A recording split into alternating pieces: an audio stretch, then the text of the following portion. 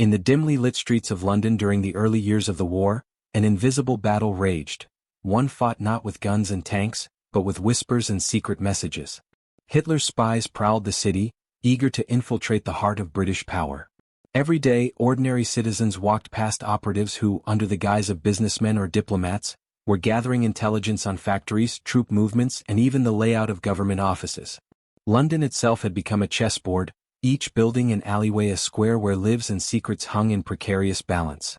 Winston Churchill, newly appointed Prime Minister in 1940, understood that the war was not just fought on the beaches of Dunkirk or the skies over Britain, but in the shadows of espionage.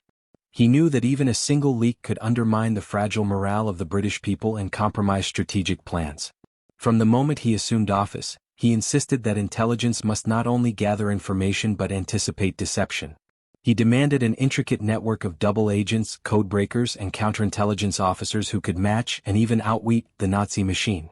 Churchill's war cabinet often debated military strategies late into the night, but the Prime Minister always kept espionage at the forefront. He read intelligence reports with a sharp eye, sometimes marking lines in red, knowing that the enemy could be reading, listening, and adapting to every move. It was a dangerous game of anticipation. One misstep could be fatal. Yet Churchill's mind thrived in this tension, turning paranoia into precision, suspicion into strategy.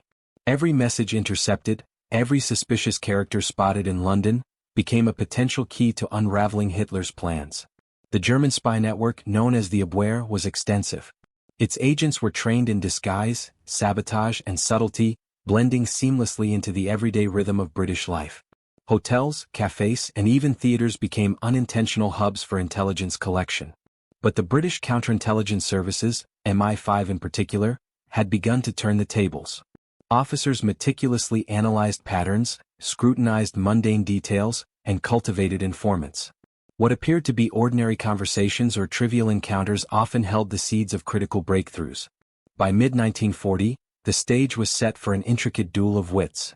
Hitler believed his spies could extract the secrets of Britain's defenses, its industrial capacities, and the movements of its armed forces.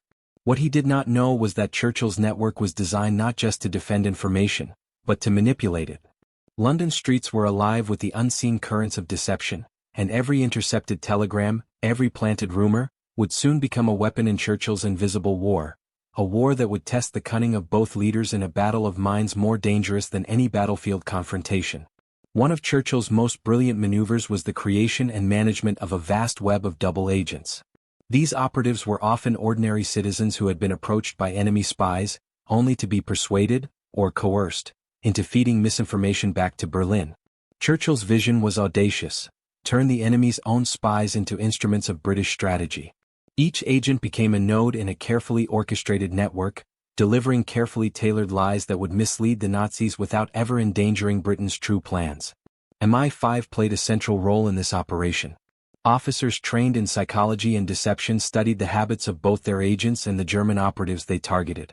They observed every movement, analyzed every intercepted letter, and constructed elaborate backstories for their double agents.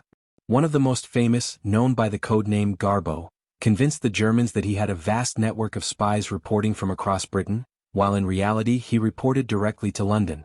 Through Garbo, Churchill was able to send the Nazis false reports that would shape their strategy for months.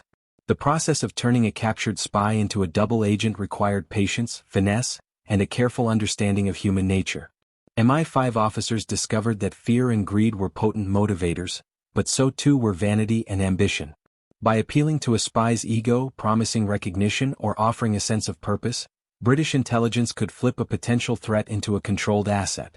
Every meeting had to be choreographed, every interaction calculated, for one misstep could expose the operation and endanger lives. Churchill personally took an interest in these operations, insisting on receiving regular updates from MI5.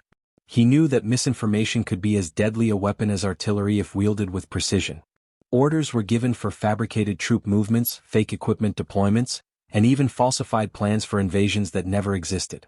These deceptions were designed not just to confuse the enemy, but to instill a false sense of confidence in Hitler's calculations, leading him to make catastrophic strategic errors. The Germans, eager and overconfident, often failed to recognize the traps laid before them. Each false report that they acted upon validated Churchill's strategy. London's streets, teeming with ordinary life, became a theater of psychological warfare. Every streetlight, every office, every intercepted message played a part in a larger, invisible battle. In the quiet tension of espionage, Churchill demonstrated a rare genius: the ability to use deception not only defensively but offensively, manipulating the enemy's decisions with patience and precision. While double agents wove webs of deception outside, a different battle raged in the dark rooms of Bletchley Park. Here, Britain's brightest mathematicians, linguists, and engineers faced the formidable task of cracking the German codes, particularly the infamous Enigma cipher. The stakes could not have been higher. Every decrypted message had the potential to save thousands of lives or prevent disaster. Churchill understood the urgency. He visited Bletchley Park personally, encouraging the staff and ensuring that resources poured in at a critical pace. The complexity of Enigma was staggering. Each machine could produce an astronomical number of letter combinations, changing daily according to secret rotors and key settings. Yet, through relentless innovation, British cryptanalysts, led by figures like Alan Turing, devised ingenious machines capable of deciphering messages at unprecedented speed. Churchill marveled at their work, recognizing that intelligence gained here would amplify every move of his counter-espionage operations. Every intercepted German telegram became a lens into Hitler's thoughts, his fears, and his ambitions. Decrypting these messages required secrecy of the highest order. Even a single leak could alert the Germans to Britain's code-breaking success. To prevent this, Churchill authorized strict compartmentalization and devised methods to protect the flow of information. The decoded intelligence was often disguised as coming from other sources, maintaining the illusion that the Germans' plans were being uncovered through human observation alone.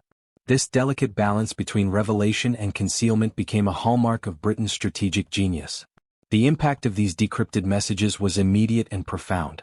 Churchill and his generals could anticipate German operations, adjust troop deployments, and even mislead the enemy with countermeasures that appeared reactive but were meticulously premeditated. The double agents and the codebreakers were not working in isolation. They formed a synchronized force, a vast mechanism of deception and insight that turned the tide of espionage in London. Through this combination of human cunning and technological brilliance, Churchill began to see patterns that others might have missed. Hitler's confidence was repeatedly undermined, his spies unknowingly feeding him false narratives, and his plans being anticipated with uncanny accuracy. London became a fortress not of stone and steel but of information, an invisible shield constructed from lies, secrets, and brilliance. Churchill's intelligence operations extended beyond observation and interception. They involved carefully orchestrated traps to expose enemy agents. Abwehr operatives were often lured into elaborate schemes that appeared genuine but were in fact designed to capture them or monitor their actions. Safe houses, innocuous shops, and even fictitious businesses were used as staging grounds for these operations, each providing crucial insight into Nazi intentions. Every step of these operations required careful calculation. Agents were monitored constantly, their movements mapped, and their communications scrutinized. MI5 had learned to predict the behaviors of enemy spies, understanding the predictable errors born from human nature: vanity, impatience, and overconfidence. By exploiting these tendencies, British intelligence could turn the most skilled German operatives into unwitting pawns, revealing the structure of the enemy's network piece by piece. One remarkable example involved a spy who believed he had infiltrated Britain's military command. He was fed carefully crafted intelligence that suggested vulnerabilities where none existed. Meanwhile, MI5 observed his every action, noting contacts, patterns, and methods. Eventually, this agent was captured and interrogated, providing further intelligence that validated years of meticulous planning. Churchill, informed of these developments, recognized the value not only in the capture but in the psychological impact, the enemy's growing uncertainty and mistrust within their own ranks. Churchill's genius was in turning deception into a proactive weapon. Rather than simply reacting to threats, he manipulated events so that the enemy's missteps were inevitable. Each trap, each counterplot, was carefully aligned with broader military strategy, ensuring that misinformation and observation combined to create tangible results on the battlefield. London's streets, cafes, and offices were all part of a stage where reality and fiction intertwined seamlessly. This invisible war of cunning and counter-cunning transformed the nature of intelligence. The Germans, confident in their methods and underestimating British ingenuity, were repeatedly ensnared by the very tactics they had employed against others. Churchill's strategy was not only defensive, It was an offensive force that struck at the mind of the enemy, weakening Hitler's confidence while strengthening Britain's position, one carefully orchestrated deception at a time. Churchill understood that espionage was as much about psychology as it was about information. The mere suspicion that spies lurked in every corner, that double agents were feeding lies, and that even seemingly reliable intelligence could be false, created a climate of uncertainty within the German command. Hitler's officers, operating under the illusion of complete knowledge, began making decisions clouded by fear and misinformation, while Churchill's careful manipulations ensured that every move played into British hands. This psychological warfare extended beyond the enemy's officers to the rank-and-file spies themselves. By controlling the flow of information, MI5 instilled doubt, confusion, and paranoia. Each intercepted report that seemed accurate was, in reality, a subtle nudge steering German strategy toward failure. The Germans became prisoners of the narratives that Churchill and his agents had crafted, their every decision unknowingly aligned with Britain's broader strategy. Churchill also understood the morale of his own people. By carefully revealing victories and intelligence successes, he fostered confidence in Britain's ability to resist, even during the darkest days of the Blitz. He used espionage not only to deceive the enemy but to bolster national spirit, ensuring that Londoners believed in their leader's competence and resilience. Information, he realized, was as potent as bombs in shaping the outcome of a war. By the end of 1941, the results were clear. Hitler's spies had been systematically neutralized, misled, or turned into instruments of British strategy. The information they provided was carefully monitored, manipulated, and used to reinforce London's defenses. Churchill's intricate blend of psychological insight, strategic deception, and technological innovation had outmatched the enemy at every turn, demonstrating that intelligence and cunning could triumph over brute force. The Battle of London's shadows had become a decisive theater in the larger conflict. While German tanks rolled across Europe and the Luftwaffe rained destruction from above, the unseen war waged in offices, safe houses, and code-breaking rooms ensured that Britain's capital remained not only standing but vigilant, cunning, and unbroken, a testament to Churchill's unmatched mastery of strategy and human psychology. Churchill's genius was not just in gathering intelligence but in using it to create elaborate misdirections. Every piece of false information was carefully crafted to appear credible, convincing the Germans that they had infiltrated Britain's highest secrets. Dummy military plans were leaked through controlled channels, fake troop movements reported, and phantom supply depots described in letters that never existed. Each deception was designed to draw Hitler's attention away from the real operations while sowing confusion among his officers. One of the most remarkable aspects of this campaign was how Churchill exploited the Germans' own arrogance. The Nazis believed that they had a network of spies everywhere, making them overconfident and prone to taking risks based on the misinformation they received. Churchill recognized that an overconfident enemy is an exploitable one.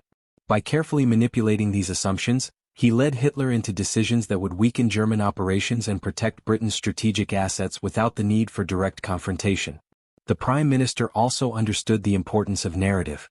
Every double agent, intercepted letter, and coded telegram had to tell a convincing story. The Germans had to believe that their spies were effective and that Britain's secrets were vulnerable. By controlling the narrative, Churchill created a psychological trap. Hitler and his intelligence officers were constantly reacting to illusions, unable to trust their own assessments. London itself became a stage for these psychological games, every street, office, and public space potentially a part of the deception. MI5 officers worked tirelessly to maintain this intricate system. They monitored every German agent in London, ensuring that each false report aligned with the larger strategy. Even small mistakes could unravel the entire operation, so precision and vigilance were paramount.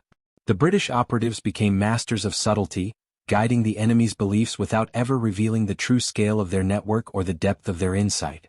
By the end of 1941, this web of misdirection had begun to yield tangible results.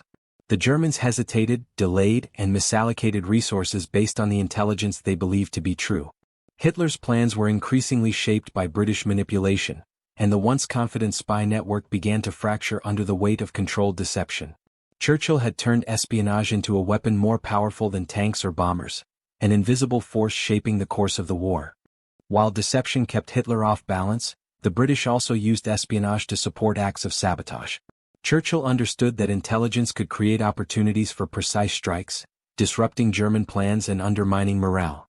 Factories producing critical war materials, transportation networks, and key communication lines became targets for operations based on insights gleaned from double agents and codebreakers alike.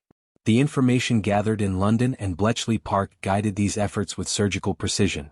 Churchill frequently consulted with military planners to coordinate these sabotage missions. He insisted that every strike serve a dual purpose, not only to cause material damage but to mislead the enemy further. A bomb at a railway yard, for instance, could suggest an imminent attack in one region while the real objective lay elsewhere. This level of orchestration required close cooperation between intelligence officers and field operatives, ensuring that each action reinforced the broader strategy of deception and control. The psychological impact of sabotage was profound. German commanders, already misled by false intelligence, were forced to question the reliability of their own information. They could not determine whether a disruption was accidental, a result of enemy action, or a ruse designed to confuse them. Churchill had effectively weaponized uncertainty, turning even minor acts of sabotage into tools of psychological warfare. London's streets and industrial centers became the nerve centers of this hidden campaign, every disruption carefully orchestrated to maximize confusion. Churchill also recognized that espionage and sabotage could boost British morale. News of successful operations, even when details were withheld to protect intelligence, inspired confidence among the population. Citizens, enduring the Blitz and constant threats, began to understand that their leaders were not merely reacting but actively shaping the enemy's decisions. Intelligence operations thus had a dual role. They protected Britain while sustaining hope and determination on the home front. By blending deception, sabotage, and careful orchestration, Churchill created a seamless system of intelligence-driven warfare. The Germans were not only misled but manipulated into making errors of judgment, while Britain strengthened its defensive and offensive positions. The invisible battles in offices, safe houses, and code-breaking rooms had profound effects on the tangible world of the battlefield, demonstrating that the war for London streets was as decisive as the war in Europe's skies and fields. Among the many double agents Churchill managed, one stood out for his remarkable impact: Juan Pujol, codenamed Garbo. A Spanish citizen, Garbo had convinced the Germans that he commanded a vast network of spies across Britain, when in reality he reported solely to MI5. His meticulous fabrications and carefully orchestrated communications became a cornerstone of British counterintelligence. Through Garbo, Churchill could feed the Nazis an endless stream of false intelligence while ensuring that no real secrets were compromised. Garbo's work was painstaking. Every letter had to align with prior reports, every story plausible enough to withstand scrutiny. He created fictitious subagents, each with detailed backgrounds and routines, weaving a complex web of deception. The Germans, eager to believe in the effectiveness of their spy network, accepted his fabrications as truth. Hitler's confidence grew in his intelligence operations even as the British quietly manipulated him from the shadows. Churchill understood the significance of such an agent. Garbo's intelligence allowed Britain to plan major operations, including the upcoming D-Day deception, with a precision that would have been impossible otherwise. The Prime Minister personally followed Garbo's reports, knowing that the flow of misinformation could dictate German troop deployments, strengthen British positions, and shape the entire European theater of war. Every communication from Garbo was a masterstroke in psychological warfare. The success of Garbo illustrated the power of individual cunning within a vast network. While MI5 and Bletchley Park provided the framework and technology, it was the human element, trust, ingenuity, and audacity that made deception effective. Churchill recognized that the combination of human skill and strategic foresight could achieve what brute force alone could not: the systematic manipulation of an entire enemy command structure. By the end of 1942, Garbo had become one of Churchill's most valuable assets, his reports shaping critical decisions and bolstering Britain's confidence. The spy who did not exist had changed the course of events, proving that intelligence, carefully wielded, could alter the fate of nations. London streets, alive with ordinary life, remained at the center of this invisible war, every ordinary scene masking extraordinary acts of cunning and bravery. Churchill's strategy relied not just on individual agents, but on creating an entire fog of misinformation. Every German operative, no matter how skilled, operated in a cloud of uncertainty. False telegrams, fabricated orders, and carefully staged movements created a reality in which the enemy could not distinguish fact from fiction. Hitler's spies were constantly guessing, never knowing which reports were true, which leads were traps, and which were clever distractions. The British carefully timed each piece of intelligence to maximize its effect. Fake troop movements coincided with real training exercises, dummy equipment was positioned to suggest large-scale deployments, and communications were carefully coded to suggest a reality that did not exist. Every element reinforced the illusion, and every illusion shaped the enemy's perception of Britain's capabilities. Churchill understood that perception was as critical as reality in modern warfare. Even German high command fell victim to the fog. Officers debated strategies based on intelligence that appeared authentic but was entirely constructed by British planners. Hitler, confident in the apparent competence of his spies, made decisions that played into British hands. Strategic deployments, delayed offensives, and misallocated resources all reflected the power of misinformation carefully managed from London's intelligence centers. Churchill's system was meticulous, requiring constant coordination between agents, codebreakers, and military planners. A single mistake could expose the network or compromise a critical operation. Yet, through discipline, ingenuity, and foresight, Britain maintained control, ensuring that the enemy's confusion became an advantage rather than a liability. London became a battlefield of shadows, where victory depended on manipulation, anticipation, and the patient orchestration of reality itself. The psychological weight of uncertainty was immense.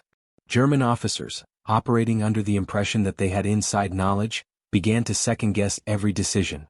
Suspicion and doubt spread throughout the Abwehr, eroding cohesion and confidence.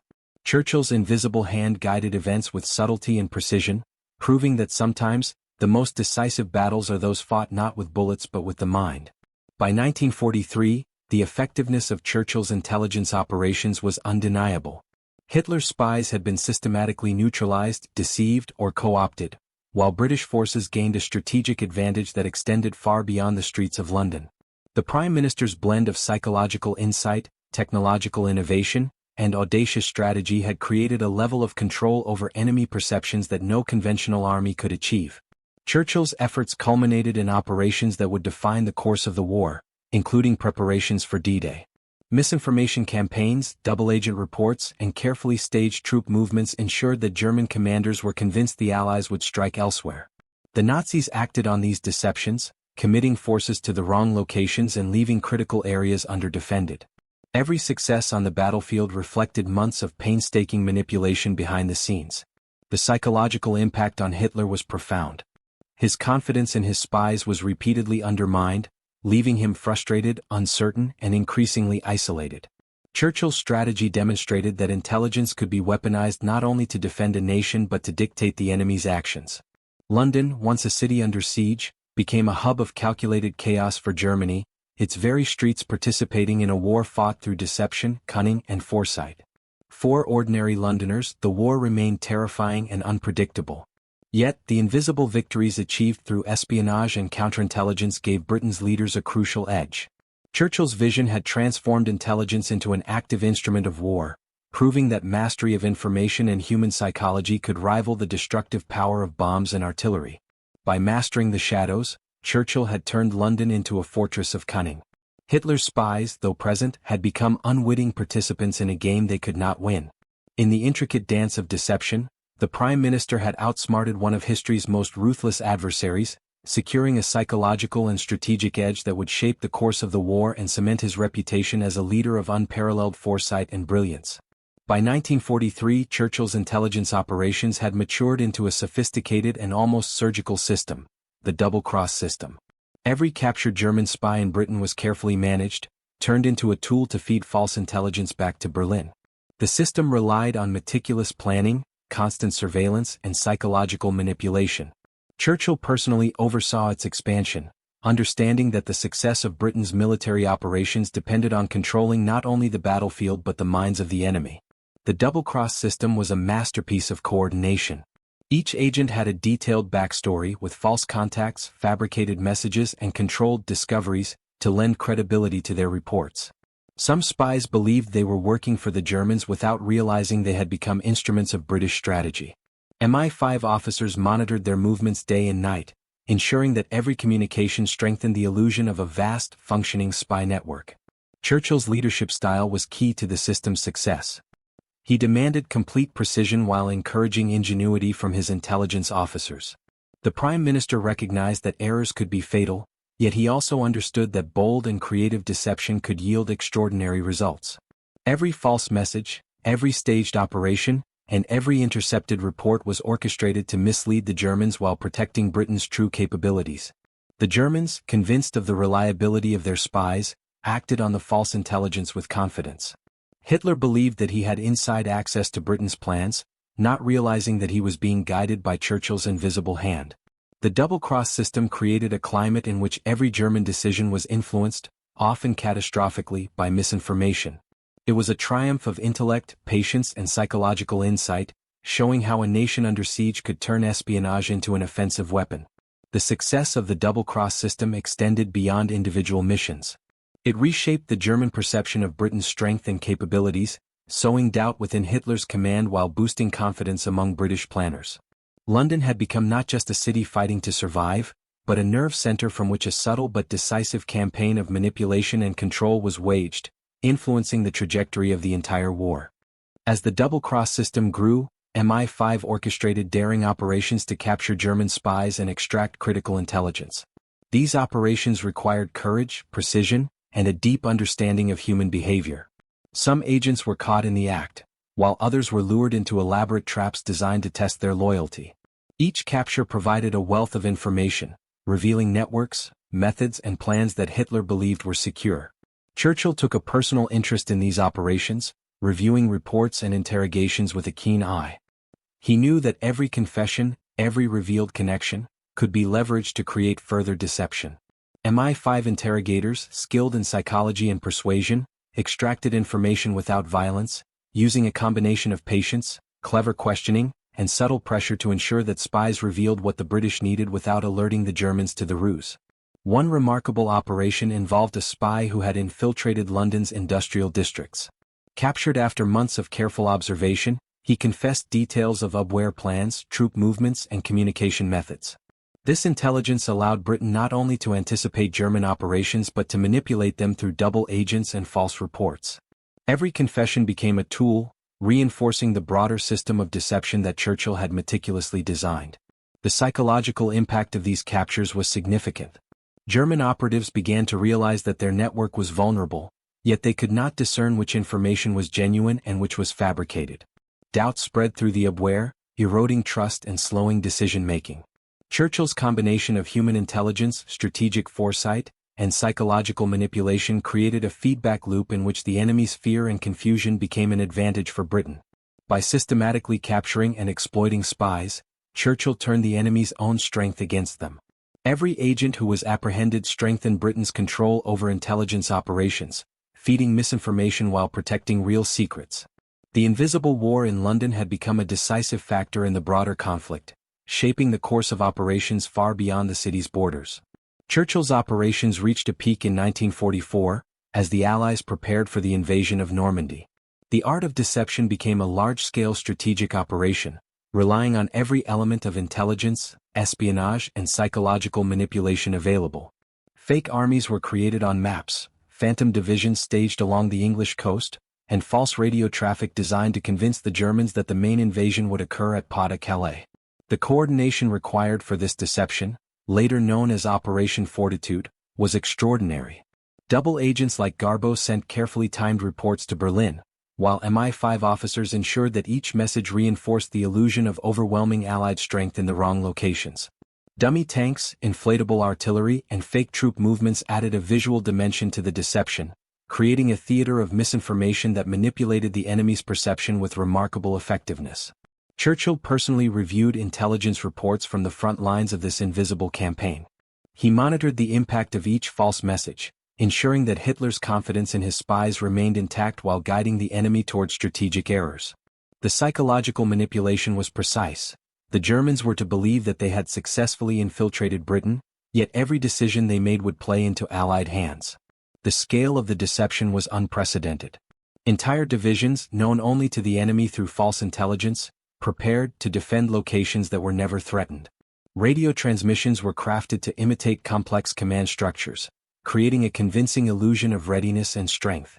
Every detail was scrutinized, for the slightest inconsistency could alert the Germans and compromise months of planning. Through this intricate dance of deception, Churchill demonstrated the full potential of intelligence as a weapon of war. The enemy's perception became the battlefield itself, and Britain's success was measured not in territory gained or bombs dropped, but in the miscalculations, hesitation, and confusion sown deep within Hitler's command. London, still under threat from the Luftwaffe, had become a hub of invisible, decisive operations that would shape the outcome of the largest invasion in history. Churchill understood that misinformation alone was not enough. It had to target Hitler's own psychology. The Führer's overconfidence in his spies and misjudgment of Britain's resilience made him especially vulnerable to carefully crafted deception. Each double-agent report, each staged operation, was designed to feed that confidence while subtly steering him toward decisions that would weaken German defenses at critical moments. MI5 officers and codebreakers worked hand in hand to ensure that the Germans acted on fabricated intelligence. If Hitler believed that an invasion was imminent at Calais, he would commit troops and fortify positions there, leaving Normandy less defended. Churchill's strategy relied on exploiting assumptions, forcing the enemy to react to illusions rather than reality. Every miscalculation, every misallocation of resources, strengthened Britain's position and paved the way for success on the battlefield. The psychological warfare extended to the Abwehr itself. German officers became increasingly suspicious of one another, unable to discern whether a report was genuine or the product of British manipulation. Churchill had transformed intelligence into a weapon that not only conveyed information but shaped behavior, eroding trust and morale within the enemy's ranks. London, as the nerve center of these operations, was a hub of constant activity, its streets and offices concealing a war of minds as intense as the physical battles abroad. Churchill's mastery lay in his understanding of timing. Each piece of misinformation had to reach the enemy at precisely the right moment to influence decision-making. Too early and it might be ignored, too late and the opportunity would be lost. The orchestration of these operations reflected a mind attuned to both human behavior and military strategy, capable of manipulating an adversary's perception with surgical precision. By the eve of D-Day, the Germans were acting largely on intelligence supplied by Britain's double agents. Hitler's confidence had been carefully cultivated, only to be used against him. Churchill's combination of deception, psychological insight, and operational discipline had created an environment in which the enemy's errors were inevitable, demonstrating the unparalleled effectiveness of intelligence when wielded with foresight, courage, and ingenuity. As June 1944 approached, Churchill oversaw the final stages of the intelligence campaign that would determine the fate of Europe. The streets of London, scarred by years of bombing and rationing, were alive with ordinary life, yet beneath the surface, a network of spies, double agents, and codebreakers moved with quiet precision. Every detail had been accounted for, every false report timed to perfection, every trap set to manipulate Hitler's perceptions. The Prime Minister's focus was unwavering. He understood that the success of D-Day depended not only on Allied forces and equipment but on the enemy's inability to anticipate the true point of attack. Months of deception, surveillance, and psychological manipulation had brought the Allies to the brink of a decisive advantage. Churchill's vision had transformed London into an invisible fortress, controlling the battlefield through intellect rather than firepower alone. In safe houses across the city, double agents sent their final messages, reinforcing the illusion of an invasion elsewhere. Dummy armies continued to advance on paper and through radio transmissions. The Germans, convinced of the information provided by their supposedly loyal spies, were preparing to respond to threats that did not exist. Every action had been orchestrated to protect the real invasion plans while keeping Hitler blind to the Allies' true intentions. Churchill also understood the human dimension. The success of these operations relied on the bravery, discipline, and ingenuity of countless individuals, agents risking capture, MI5 officers laboring in secrecy, and codebreakers working under immense pressure. The Prime Minister made sure that their work was coordinated, supported, and valued, knowing that even the smallest mistake could compromise months of planning. As the dawn of D-Day approached, Churchill's intelligence network had outsmarted the most formidable spy apparatus of the 20th century. Hitler, confident in his own insight and spy network, remained unaware that every decision he made had been subtly guided by British hands. London, battered yet unbowed, had become the stage for a masterful orchestration of deception that would shape the outcome of the war, and prove that strategy, cunning, and psychological insight could triumph over brute force.